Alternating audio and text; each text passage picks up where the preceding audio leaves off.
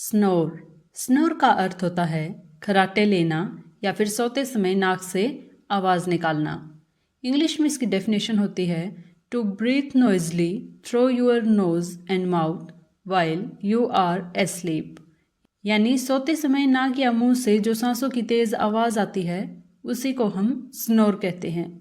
इस वर्ड को इन सेंटेंसेस के थ्रू और अच्छे से समझ लेते हैं।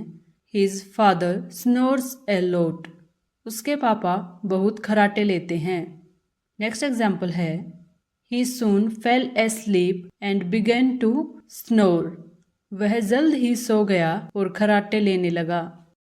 अब बगैर अपना टाइम वेस्ट किए किसी भी वर्ड का मीनिंग आसान भाषा में सीखने के लिए हमारे चैनल को लाइक और सब्सक्राइब जरूर करें।